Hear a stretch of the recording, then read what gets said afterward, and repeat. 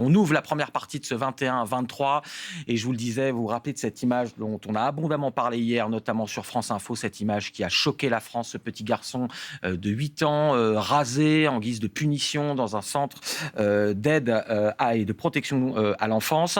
On va élargir ce soir le débat sur notre système justement d'aide et de protection à l'enfance. Faut-il plus de moyens? Les éducateurs sont-ils suffisamment formés? Le cadre juridique doit-il évoluer? On va en parler de manière plus large, notamment avec vous, Mélanie. Mélanie Nunes, vous êtes réalisatrice et journaliste d'un reportage pour Envoyé spécial que vous avez réalisé il y a 10 jours, je crois. Protection de l'enfance, le scandale des mineurs prostitués. Donc on va aller sur un autre aspect, mais c'est un documentaire pour Envoyé spécial qui est absolument bluffant et bouleversant, et il décrit bien aussi le fonctionnement de la protection et de l'aide à l'enfance. Béatrice Piron, vous êtes aussi avec nous, députée Horizon et vice-présidente de la délégation aux droits des enfants. Martine Brousse, bonsoir, cofondatrice de la fédération La Voix de l'Enfant. Et puis Jeff François, vous êtes ancien éducateur dans une maison d'enfants à caractère social. Vous exerciez depuis 4 ans et vous avez évidemment une très bonne connaissance de l'intérieur de tous ces dispositifs. On va retourner voir ce qui s'est joué justement sur le terrain en images hier avec cet enfant qui était placé, un petit garçon de 8 ans qu'on appellera Elliot, qui a été tondu par ses éducateurs. Évidemment, ça a fait scandale. Jules Longchamp nous raconte l'histoire et on en parle juste après. Un enfant de 8 ans, torse nu, les bras croisés, tondu malgré lui par des éducateurs de son foyer à Paris.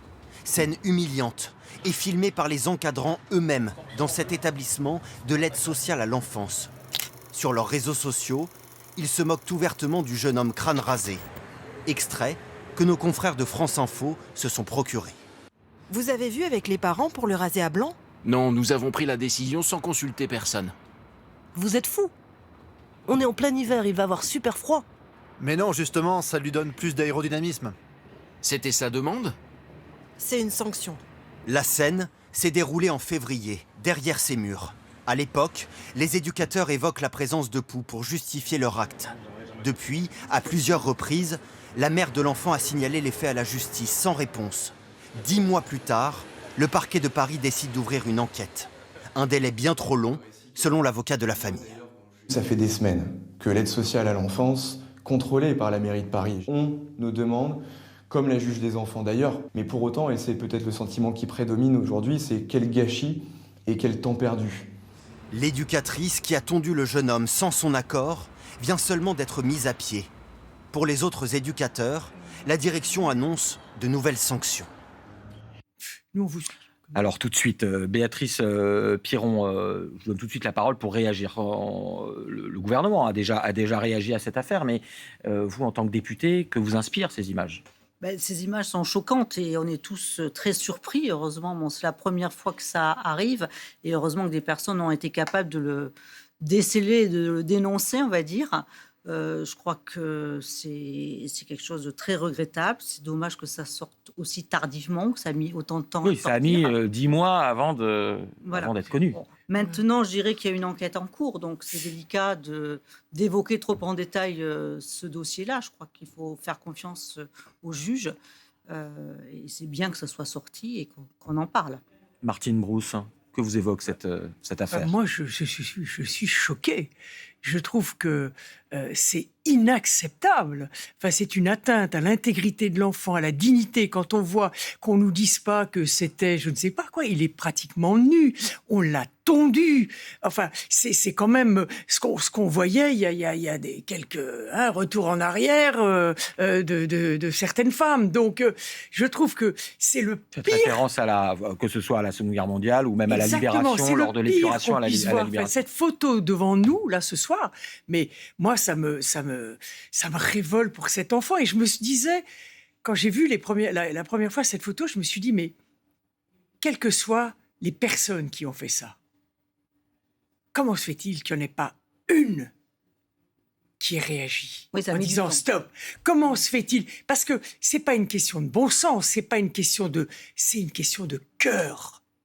Je ne peux pas imaginer que la personne qui tient la tondeuse, l'autre qui est devant, qui ricane, n'ont pas de cœur. Enfin, qu'est-ce qui est arrivé et qu'est-ce qui se passe dans cet établissement et qu'est-ce qui s'est passé et pourquoi? Et là, notre ami éducateur, va en parler très bien. Comment se fait-il? Parce que il y a l'encadrement, mais dans tout établissement, il y a des directions. Et moi, je peux dire qu'en tant qu'association, il n'est pas rare que les travailleurs sociaux nous appellent pour nous signaler des situations dans des établissements, parce que s'ils parlent, ils sont virés. Donc là, vous dites, parce que dans certains foyers, là, c'est la direction qui est en cause. On va Vous voir, avez comme parfois dit Madame la députée. Je veux dire, parfois, vous avez des alertes. L'enquête, mais je ne peux pas penser 30 secondes que cet enfant, la direction, elle est aussi dans l'établissement. Elle a dû le voir tondu. Hein, on dit dans quelques informations qu'on a pu avoir par vos collègues qu'il a été obligé de porter un bonnet. Hein, bon, il est tondu, il n'est pas rasé. Il est tondu, ce qui n'est quand même pas tout à fait la même chose. Au-delà de ce que vous dites, Martine Brousse, il y a visiblement cet emballement avec des éducateurs qui sont tous d'accord pour faire ça. Et il y a même, j'allais dire, la double peine, c'est-à-dire qu'en plus, il le publie sur des réseaux sociaux, sur une boucle WhatsApp, donc certes qui est interne, mais et à aucun moment ils ne se disent on va diffuser ça, ça va quand même poser problème.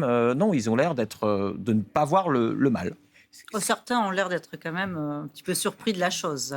Alors ceux qui leur répondent, mais ce que je veux dire, c'est que les auteurs, entre guillemets, les auteurs présumés, la justice est en cours. Mais... Ce qui va être intéressant, et justement, ça va être de voir dans cette enquête, la Voix de l'enfant se constitue partie civile. Hein. Bon, il y a enquête. Donc vous vous constituez partie civile sur cette affaire. Je peux l'annoncer. J'étais avec l'avocat dans la voiture. J'avais un de nos administrateurs aussi au téléphone. Bien entendu, on se constitue partie civile. Il faut qu'on comprenne. La Voix de l'enfant n'est pas là pour dénoncer à tout prix. Il faut qu'on comprenne pour qu'on apporte des réponses à ces dysfonctionnements. Parce que là, il y a un dysfonctionnement qui touche vraiment à l'enfant. Et ce qui est pour nous incompréhensible, c'est quand même de se dire que ces éducateurs, et c'est l'enquête qui va nous permettre, qui sont-ils ? Quelle formation ont-ils? Et c'est pour ça que j'attends que notre ami puisse parler de son métier, qui est le mien. J'ai été éducatrice pendant des années. Mais aujourd'hui, dans les conditions, l'évolution de notre société, etc., qu'est-ce que c'est que le métier d'éducateur? Et justement, Jeff François, pour rester sur cette affaire, et puis après on va élargir, mais sur ces éducateurs qui... manifestement, ont perdu les pédales. Vous avez été témoin, je ne dis pas forcément d'actes de cette manière-là, mais après, je ne sais pas, c'est humain, on s'énerve, on crie sur un enfant. Est-ce que vous avez senti aussi des éducateurs qui pètent les plombs? Je ne dis pas que c'est bien, mais je dis que est-ce que des moyens, un environnement a parfois permis d'amener à ce type de comportement? Déjà, pour revenir sur la vidéo, moi, j'ai été extrêmement choqué. Moi, j'ai de la famille qui est aussi éducateur de jeunes enfants ou éducateur spécialisé. Et franchement, ils m'ont envoyé la vidéo, mais juste avoir les réactions sur les réseaux sociaux, je pense que là, c'est une indignation juste dans la société. Au-delà du métier d'éducateur, c'est une indignation dans la société. L'enfant, il a 8 ans, je crois. L'enfant est torse nu. Moi, ce qui me choque sur l'image, c'est qu'il se tient comme ça, donc il a froid. Là, on est vraiment, pour moi, dans une humiliation. Il a froid ou il a honte, je sais pas. Il a honte, voilà. Il est blessé dans sa dignité, évidemment. Il est filmé en plus. Donc là, pour moi, c'est une humiliation. J'arrive pas à comprendre comment, en tant que professionnel, déjà juste avec des enfants de la protection de l'enfance, on peut penser à faire ça. Mais là, en plus, dans un contexte de protection de l'enfance, où cet enfant a dû, s'il est là, subir déjà beaucoup de choses. Donc moi, déjà, je suis choqué par cette vidéo. J'espère qu'il y a des mesures fortes qui vont être prises. J'espère que les éducateurs en question, je ne sais pas c'est quoi leur formation, vont prendre conscience qu'ils sont allés beaucoup trop loin. Mais là où je suis content, c'est qu'il y a eu des éducateurs dans le groupe WhatsApp qui ont réagi. Et que c'était on l'a vu dans le reportage. Et que ce n'était pas quelque chose de collectif, parce que cette affaire, elle aurait pu être étouffée encore des mois et des mois. Moi, pour vous répondre, il peut arriver des fois en maison d'enfants de s'énerver. Il peut arriver des fois, de crier sur un enfant. Il y a un contexte aujourd'hui qui fait que les éducateurs sont en souffrance. Ça, je le dis clairement. Les enfants sont en souffrance dans les foyers aussi, je dis clairement. Et je pense beaucoup de familles aussi sont en souffrance. Et ça fait beaucoup d'acteurs dans ce système-là, finalement, qui ne sont pas d'accord avec ce système et qui n'en retiennent pas beaucoup de positifs. C'est le manque de moyens, c'est le manque de personnel, c'est, je pense aussi, des fois, le manque de formation. Il y a besoin de formation sur l'empathie, sur la bienveillance, sur toutes ces choses-là. Et je pense qu'aujourd'hui, on est dans un cercle où le fait qu'il n'y ait pas beaucoup de moyens, le fait que le secteur soit compliqué, c'est des horaires où on finit tard, des fois on peut arriver dans une structure où il y a peu de personnel, on se retrouve à faire des soirées tout seul avec 12 enfants qui ont des troubles, 12 enfants qu'on doit accompagner dans la scolarité, 12 enfants avec toutes leurs émotions, tout leur passé, et je pense que ça peut apporter des fois un climat où le système est sous tension. Moi, pour vous donner un exemple, le budget de la protection de l'enfance pour la coiffure des enfants, aujourd'hui, c'est 10 € par mois. Pour que les enfants... là, on parle de se raser la tête, c'est pas le même sujet. Mais aujourd'hui, les enfants, pour se coiffer, tous les types d'enfants, ont 10 € par mois. Donc c'est un système, en fait, où on ne donne pas assez de moyens à ce système. On est censé protéger ces enfants, les faire grandir, les faire sortir un peu de toute la douleur qu'ils ont pu ressentir au domicile. Et aujourd'hui, je trouve qu'on est plus dans la maltraitance d'enfants dans ce pays. Mais Mélanie Nunes, on va voir dans un instant, encore une fois, élargir à votre documentaire qui est sur un angle bien spécifique, mais qui dit aussi tout de la complexité de toute la protection à l'enfance. Pour finir, si j'ose dire, sur cette affaire du petit Elliot, qu'est-ce que, quand vous avez vu ces images-là, vous qui avez travaillé sur ce dossier-là, qu'est-ce que ça vous a inspiré ? Moi, ça m'a évidemment extrêmement choquée. Vraiment, je rejoins tout ce qui a été dit jusqu'à maintenant. Mais toujours est-il que lorsque j'ai enquêté sur les foyers de l'enfance, et plus spécifiquement sur la prostitution, il m'est arrivé aussi de voir des vidéos qui circulaient de jeunes filles qui, par exemple, étaient en petite tenue et dansaient avec des éducateurs. J'ai vu aussi parfois des coups qui avaient été portés, en tout cas c'est ce qu'elle me racontait, des jeunes filles qui témoignaient de coups portés par des éducateurs. Il y a eu des choses graves qui m'ont été aussi racontées dans mon enquête. Et en fait, il y a aussi des jeunes filles, des jeunes garçons qui témoignent de la violence qui s'inscrit dans les foyers, alors de la part d'autres enfants, mais aussi parfois de la part d'éducateurs. Alors évidemment, on est très loin de dire que tous les éducateurs sont malveillants et brutalisent ces enfants, mais en tout cas, voilà, j'ai pu avoir des récits de cet ordre-là qui font froid dans le dos, parce qu'on se dit en effet que ces enfants sont là pour être protégés, et en réalité, parfois, ils vont être dans une structure qui va finalement être assez violente, je dois dire, avec eux. Donc cette image, elle m'a évidemment choquée, mais j'ai vu d'autres images au cours de mon enquête qui pouvaient être aussi choquantes dans ce climat un peu de violence qui pouvait exister dans certains foyers. Vous voulez réagir, Martine Brousse ? Oui, je crois que c'est important, ce que vous soulignez, ce qu'a souligné notre ami. Et en même temps, ce que j'aurais envie de dire, c'est faisons attention, parce qu'on tape beaucoup sur l'aide sociale à l'enfance. Ce qui fait qu'il y a de moins en moins de jeunes qui veulent s'engager dans ce métier. Et de vocation. Qui est un très, très beau métier. Et mais qui est très un métier difficile. absolument extraordinaire. Et moi, j'aurais envie de dire, je m'adresserai davantage aux responsables. Parce qu'il y a des équipes absolument formidables. Et j'ai vu des associations dernièrement qui ont des villages d'enfants. Et là, il y a une direction, il y a des directions qui ouvrent leurs portes, qui donnent aux autres le droit de regard. Le problème, c'est qu'on a de plus en plus d'associations qui ont des prix de journée quand même conséquents. Parce qu'en effet, vous dites qu'il n'y a pas beaucoup de budget, mais il y a quand même des prix de journée conséquents. La plupart de ces établissements sont confiés à des associations. C'est une façon du département, etc. C'est des associations, on l'explique pour nos téléspectateurs, qui travaillent sous délégation ou sous mandat de et l'ASE. avec des prix de journée conséquents. Donc, ça veut dire quand même qu'il y a des moyens. Et on sait bien que le budget de l'aide sociale à l'enfance au niveau national, c'est plusieurs milliards. Donc, on ne peut pas dire... Le problème, c'est qu'il va falloir réformer ce regard porté dans les établissements. Il faut en effet travailler sur la formation. Mais moi, j'aurais envie de dire, si des jeunes veulent s'engager dans ce métier, c'est un métier passionnant. Des enfants formidables qui ont été cabossés, qui ont été cassés et qui demandent qu'une chose, c'est d'avoir des adultes debout devant eux, responsables, et qui les respectent. Et qui dit respecte, mettent aussi des règles. C'est pas du laisser pour... Et là, ce qui m'interpelle, et c'est pour ça qu'on va être partie civile, on a besoin de comprendre. Qu'est-ce qui a fait, d'abord, que l'affaire a autant traîné, et que tout d'un coup, on va nommer un défenseur des droits dans la ville de Paris, etc., alors que c'était déjà sa fonction en tant qu'élue conseillère auprès de la maire. Donc... S'il y a des moyens à mettre, mettons-les dans ce qui a été souligné. Et justement ça, Madame la députée, on en parlera après, on va aller voir les extraits du reportage de Mélanie, mais vous travaillez là-dessus. Il y a des projets de loi qui vont être déposés, ou en tout cas, il y a une réflexion pour améliorer l'aide sociale à l'enfance. Tout à fait. Donc, ça fait un peu plus d'1 an que je fais partie maintenant de la délégation des droits de l'enfant. On a travaillé aussi bien en commission d'enquête que sur des propositions de loi transpartisanes, qui malheureusement n'est toujours pas à l'agenda de l'Assemblée nationale parce qu'il y a un petit peu un embouteillage de textes. Et oui, on en parlait hier, il y a d'autres... je ne vais pas dire il y a d'autres priorités, parce que l'aide sociale à l'enfance, C'est évidemment, aussi c'est une une priorité. priorité. Mais bon, Mais normalement, donc, le gouvernement a annoncé donc, un projet de loi qui devrait nous arriver donc, avec différentes thématiques qui sont très attendues, je crois, de façon transpartisane, parce que je crois que quel que soit le groupe politique, on est tous conscients des difficultés qu'il existe à l'heure actuelle et on veut tous, en gros, apporter quand même beaucoup plus de réformes et de soutien sur ce domaine-là. alors on va voir un premier extrait de votre reportage, Mélanie, parce qu'encore une fois, on a bien expliqué, vous avez fait un travail, un documentaire bouleversant sur la prostitution, notamment le reportage s'appelle « Protection de l'enfance, le scandale des mineurs prostitués ».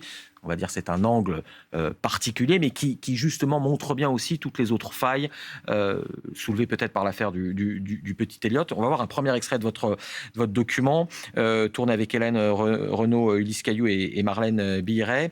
C'est le témoignage d'une jeune fille qui avait été placée parce qu'elle avait été maltraitée par son père et sa belle-mère. Et elle raconte qu'elle a dû commencer à se prostituer dans un foyer dès l'âge de 11 ans. C'est bouleversant, c'est sidérant. On regarde et on en parle juste après. Il y a une fille qui est venue me parler de la prostitution et quelques jours après, elle nous a fait comprendre que si on ne le faisait pas, on allait avoir de gros problèmes, les faire séquestrer, violer, tout, des trucs comme ça. Et que même notre famille, ils allaient avoir des problèmes. Elle nous a proposé une sortie et c'est à ce moment-là qu'on a rejoint 2 copines à elle et qu'on est allé dans son appartement se prostituer. C'était vraiment des proxénètes? Ouais, c'est ça. Moi, je suis partie avec un client, j'ai tout raconté, j'étais forcée et tout. On m'a dit, c'est pas mon problème, moi je suis un client. On a dû passer à l'acte et tout, et ça s'est enchaîné. J'imagine que tu n'avais jamais eu de relation sexuelle à ce moment-là? Je connaissais pas en fait. À 11 ans, j'étais encore à l'époque de la petite reine. Genre, je savais pas comment on faisait des rapports. Après 3 jours de séquestration, Lila s'enfuit et regagne son lieu d'accueil. Elle est passée par 15 foyers différents et a dû se prostituer dans plusieurs d'entre eux. Partout le même scénario.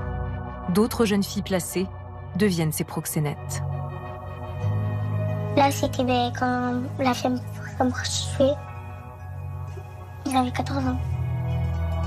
Il y a des soirs, je faisais 1002, il y a des soirs, je faisais 300, je faisais qu'un client. Il prenait mes sous, il prenait 250, il me donnait 50.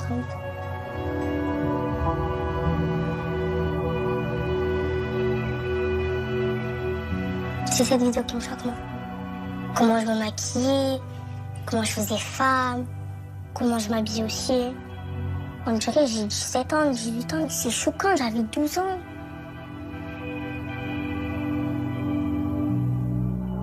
D'après la mère de Lila, l'aide sociale à l'enfance ne l'aurait jamais alertée.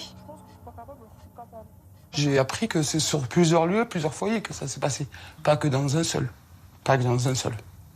Pendant des années, on m'a dit vous inquiétez pas, on s'occupe d'elle. Pas du tout.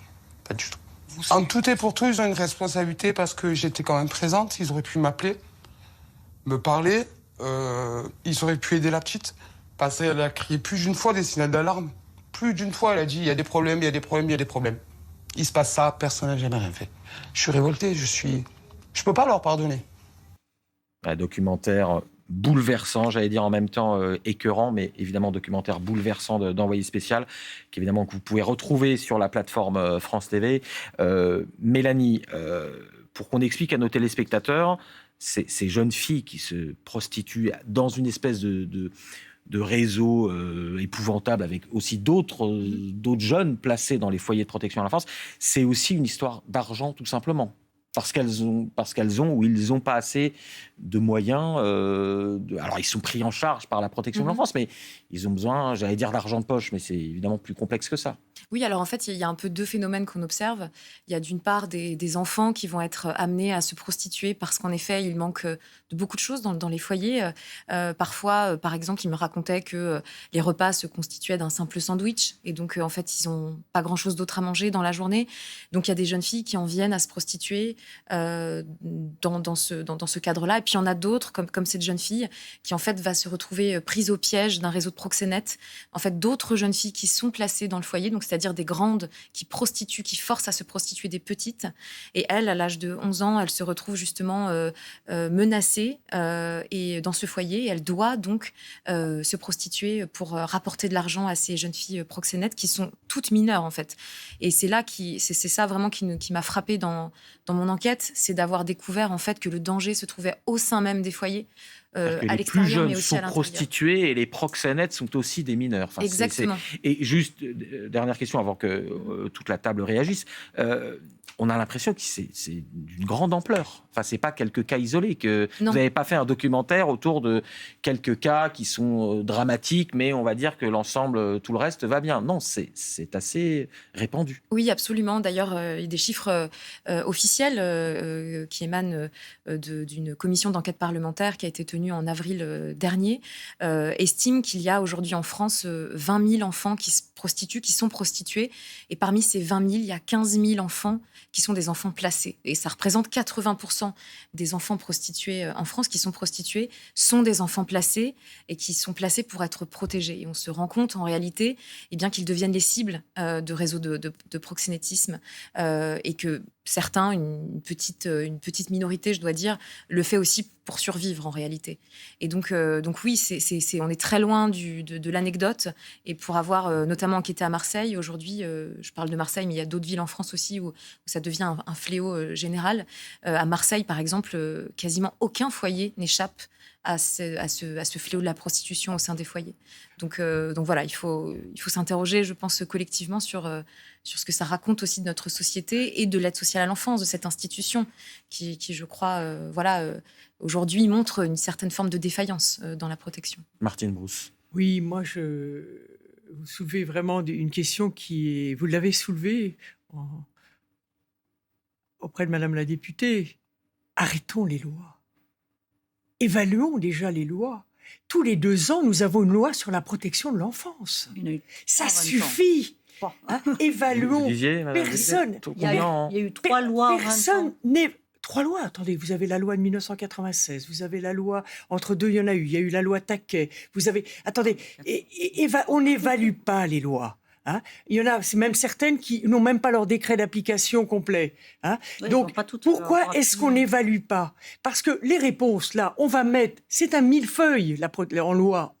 Je crois, il y avait un des rapporteurs des Nations Unies, Najet Mjid, qui est venu en France, qui était rapporteur, qui a dit « Mais je n'ai jamais vu autant de lois sur la protection de l'enfance.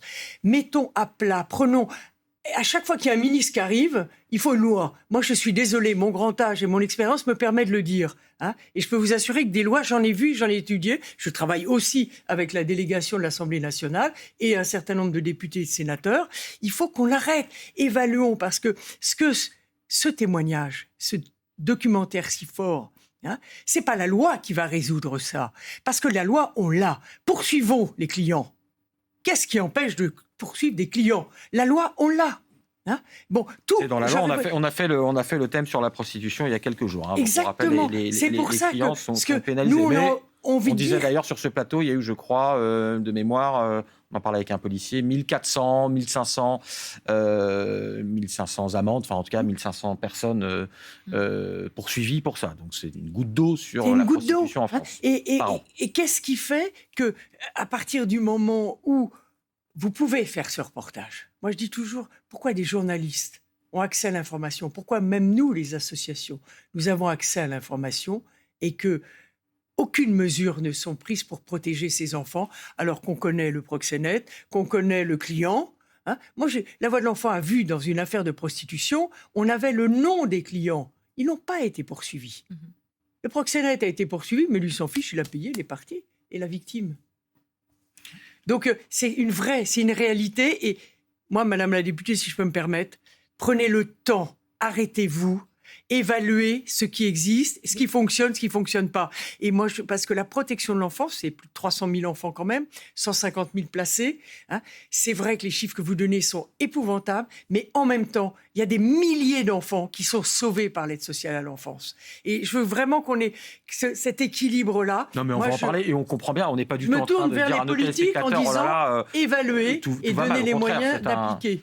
Ce sont des organismes et des travailleurs et des éducateurs qui font un boulot absolument fantastique. On est là pour évidemment pallier les failles. Juste avant que je revienne vers vous, Jeff, vous vouliez répondre, Madame la députée. Est-ce qu'il faut de nouvelles lois? Vous y travaillez, mais ou est-ce que déjà, si on appliquait les lois existantes, où on se battait pour les budgets, on va parler du budget, est-ce que déjà on progresserait?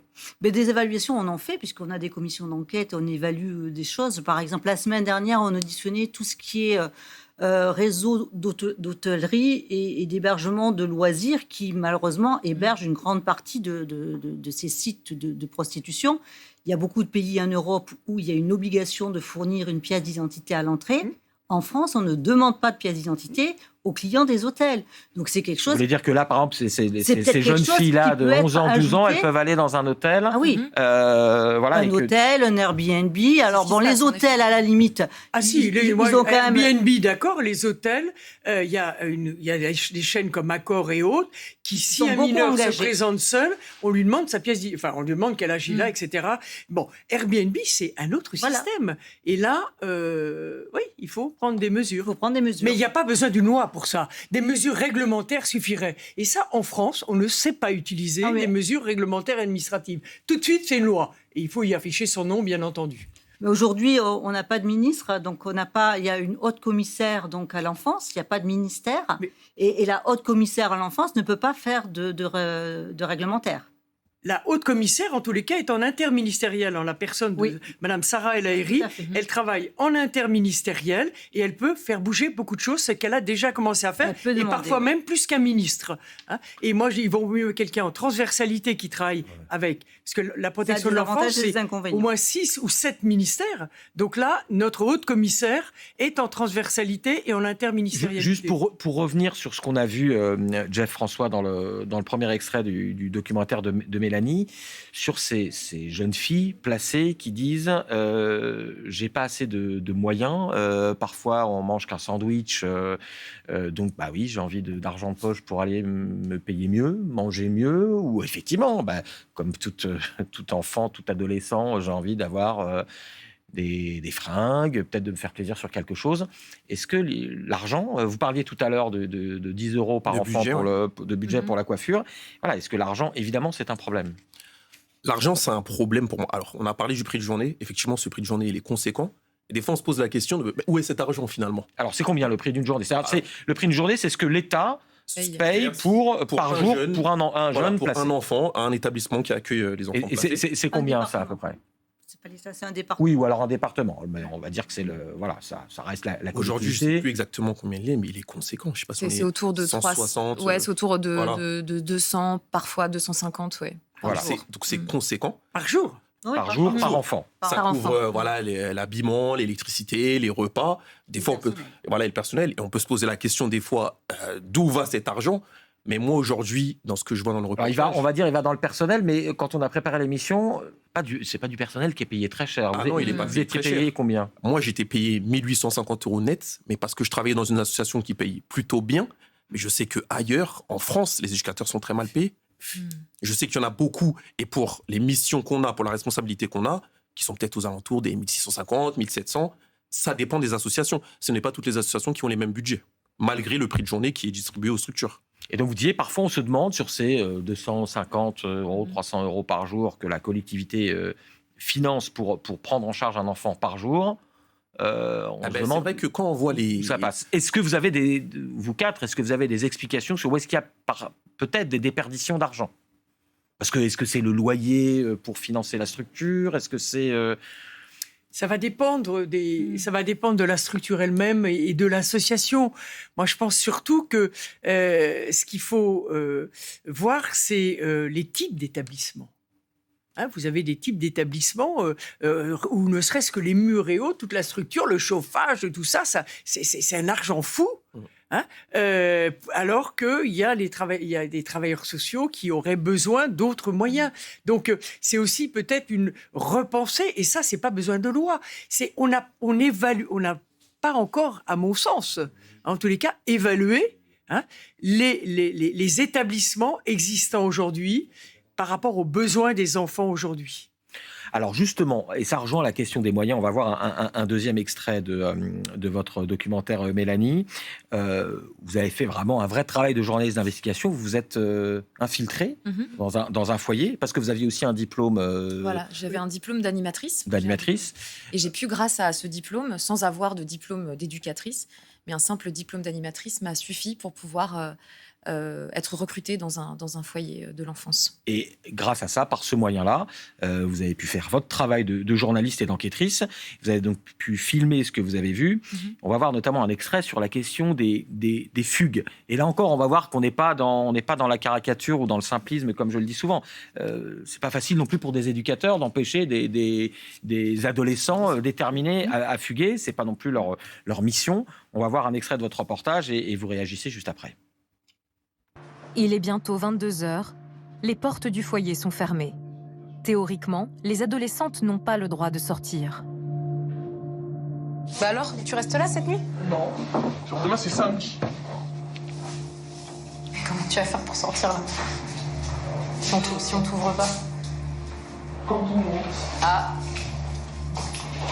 Je vais découvrir la technique connue de tout le foyer. À l'arrivée de la veilleuse de nuit, la jeune fille de 16 ans profite de l'ouverture du parking pour se faufiler à l'extérieur. Ni moi, ni les autres éducateurs ne sommes autorisés à l'empêcher de partir. Mais je préviens ma collègue. Du coup, elle est sortie. Vous l'avez vue? Ok. Ce soir-là, 4 adolescentes sont en fugue sur les 12 placées dans le foyer. Quelques heures plus tard, une autre jeune fille alerte les veilleuses de nuit. C'est possible de venir me chercher, je suis en jupe, c'est sa rentrée, il pleut. Ah bah débrouille-toi, personne t'a dit de fumer. Ouais, du coup, elles appellent souvent la nuit pour qu'on vienne les chercher. Bah ouais, je crois qu'on est passé de règle ici. Hein. Mais il n'y a pas de danger pour elles. Non, parce qu'ils ne trouvent pas de transport, c'est tout. Bon, ben, bon courage. Bon courage à vous. Reposez-vous bien, bon courage. Cette nuit-là, personne n'ira chercher cette jeune fille. Quand l'une d'elles quitte le foyer, les éducateurs n'ont qu'une seule chose à faire, remplir une déclaration de fugue. On t'a montré comment aller faire le DF, où c'était ou pas? Du coup, tu vas dans le pôle internat.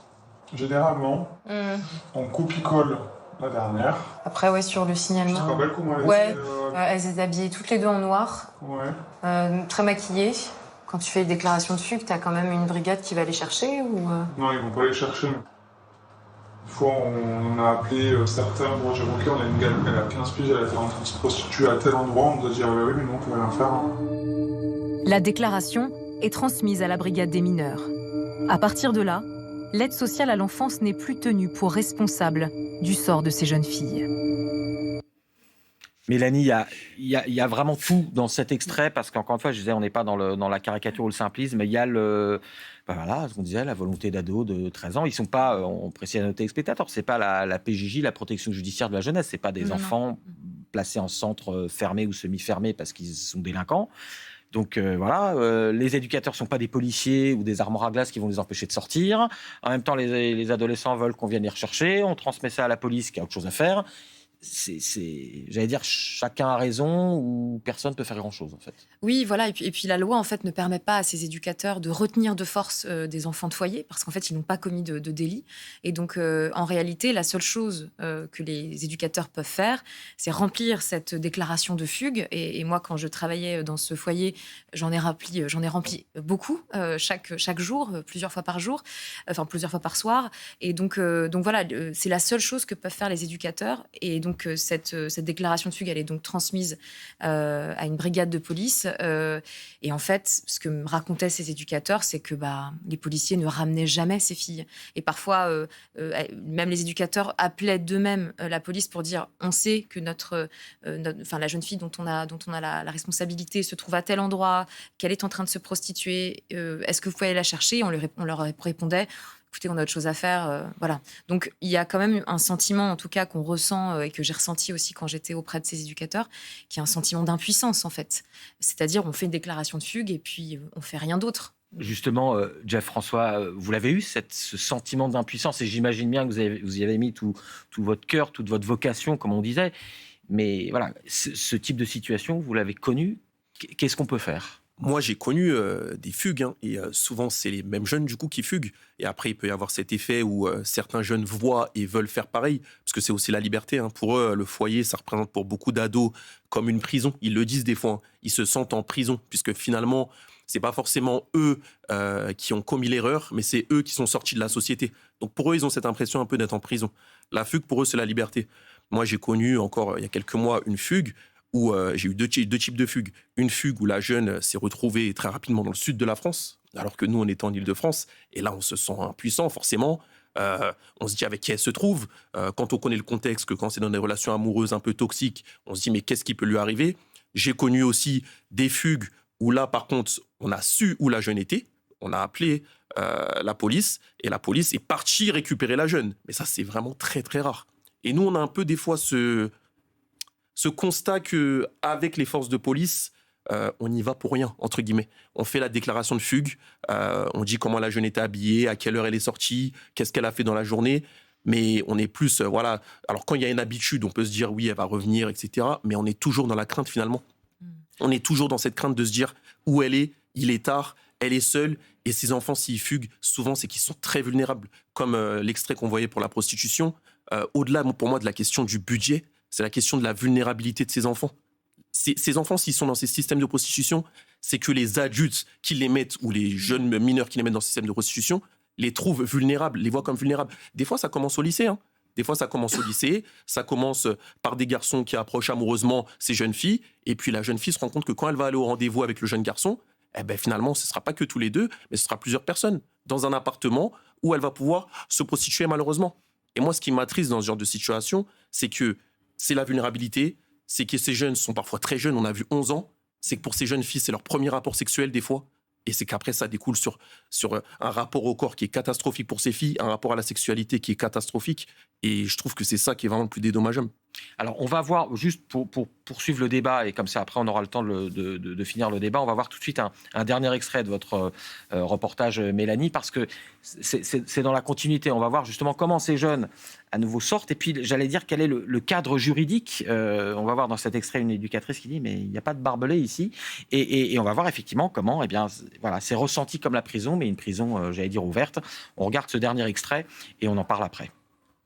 Une des éducatrices arrive devant le foyer. Madame ? Excusez-moi, c'est quoi qui t'a dérangé ? En fait, on nous racontait qu'il y avait pas mal de prostitution de jeunes filles mineures. On travaille là-dessus sur les faits. Exactement. Vous venez 21h22, il y a plein de trottinettes devant les portes. Ah, il y a des trottinettes devant les portes ? T'attends une minute. C'est comme partout dans tous les foyers. Et ils font quoi alors ? Ils restent là, dehors ? Ils attendent que les petites filles mineurs. Ah ouais, ils attendent qu'elles sortent pour... C'est quand même des scènes hallucinantes, quoi. Moi, il n'y a plus rien qui me choque. Et les proxénètes, ils savent que c'est un foyer et ils viennent ici, quoi. Oui, ils connaissent tous les coups. Et elles sont jeunes, ces filles qui se prostituent ? Ça commence à 13 ans. Ah ouais. Vous faites quoi, vous, contre ça, justement ? Comment vous arrivez à faire mon bâtiment, on sécurise mon bâtiment, on fait au mieux, comme on peut. Mais des barbelés, on n'a pas le droit, parce qu'on est de prison.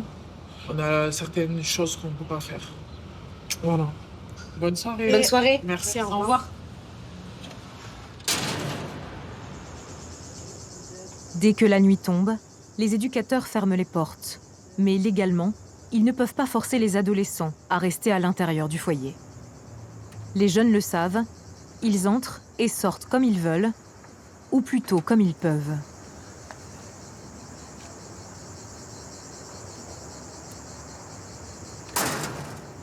C'est super facile en fait pour les jeunes de rentrer, même un proxénète qui rentre en deux.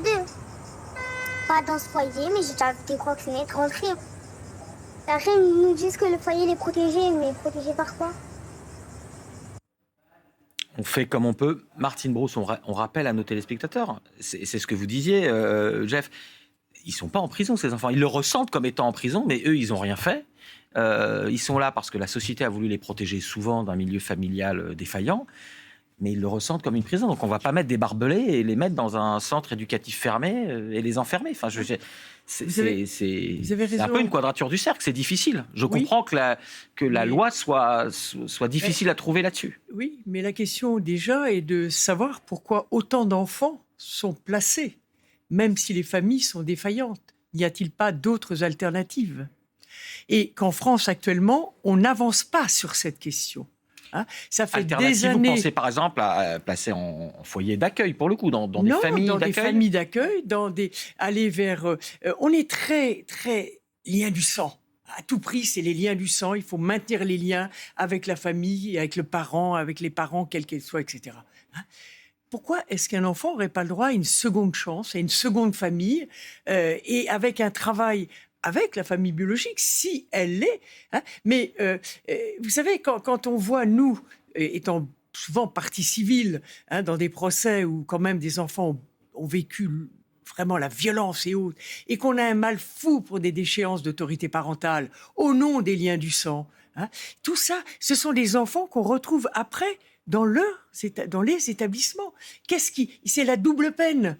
Ils sont victimes et on les place. Et donc, il faut absolument que la France et que nos politiques acceptent et c'est pour ça que je dis, arrêtons les lois, partons de l'enfant. La haute commissaire dit souvent à hauteur d'enfant. On parle toujours politique, les moyens, les financements, il y en a besoin. Mais quels sont les besoins de l'enfant ?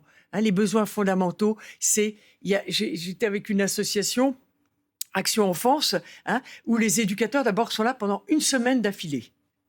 Donc, il y a une stabilité pour les enfants.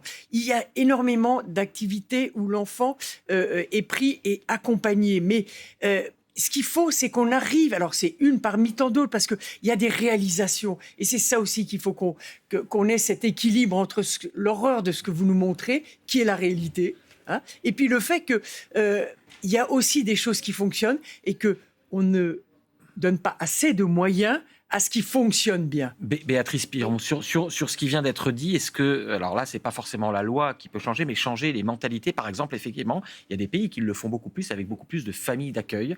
C'est compliqué, il faut qu'une famille d'accueil ait envie d'accueillir un jeune qui potentiellement... Il y a plusieurs moyens d'accueillir et d'héberger ces jeunes de la protection de l'enfance.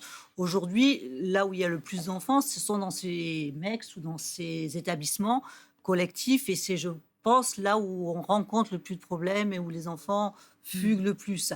À côté de ça, il y a des villages d'enfants ou des villages d'adolescents qui semblent fonctionner un petit peu mieux. Donc, il y a des départements qui se mettent à investir de plus en plus dans des villages d'enfants. Donc, moi, dans les Yvelines, il y a plusieurs villages d'enfants et il y a des projets d'en créer 5 autres.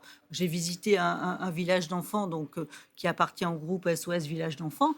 C'est même 3 semaines que les mamans SOS restent avec leur famille d'enfants, puisqu'ils accueillent des fratries, donc 3-4 enfants de la même famille, et c'est la même personne qui 24 heures sur 24 pendant 3 semaines garde les enfants, qui va faire les courses au supermarché, qui leur demande s'ils préfèrent les céréales trucs ou les céréales machin. Vie familiale. Ils partent en week-end ensemble, ils vont au cinéma, ils ont un budget vacances.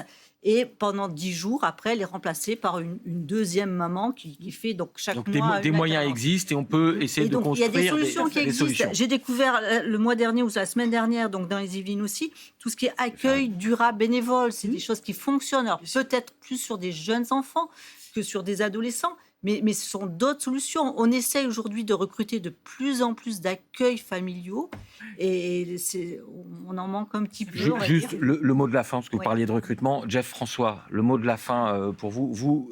On parlait de la vocation. C'est difficile de trouver des éducateurs, mais vous avez quand même fait un métier qui est magnifique, qui est très dur. Qu'est-ce que vous avez envie de dire, pour susciter quand même d'autres vocations, même si là, c'est pas très riant tout ce qu'on raconte. Moi, j'ai envie de dire... à toutes celles et ceux qui veulent devenir éducateurs que vraiment c'est un magnifique métier. On prend soin des enfants, on les prend tout petits, on les fait grandir, on leur apprend des bases, on leur apprend à faire le ménage, on leur apprend plein de choses merveilleuses, on joue avec eux. On a un peu ce rôle en fait où on complète le parent qui a parfois été défaillant et qui a son histoire aussi. Et c'est là où je veux en venir, où la protection de l'enfance, ça reste aussi le travail avec les parents, d'accepter que même dans le pire, on est obligé de travailler avec les parents des fois et que parfois ce parent ne fait que répéter un schéma. Moi, ce que j'aimerais dire, c'est un magnifique métier. Certes, aujourd'hui, peut-être pas assez payé, pas à sa juste valeur, mais moi, j'encourage les gens à venir faire ce métier. En tout cas, ceux qui ont le goût de travailler avec les enfants, de donner du savoir, de donner du bonheur, de donner de l'affection aussi, parce que quand on parle des besoins de l'enfant, ces enfants ont énormément besoin d'affection, que ce soit les tout petits ou les adolescents. Et moi, ce que je peux dire pour finir, c'est j'aimerais vraiment qu'on devienne une société où tous les adultes de cette société prennent soin des enfants. Eh bien, merci pour ces mots. C'était quand même important en fin de page. Merci à tous les quatre pour ce débat évidemment émouvant et très important.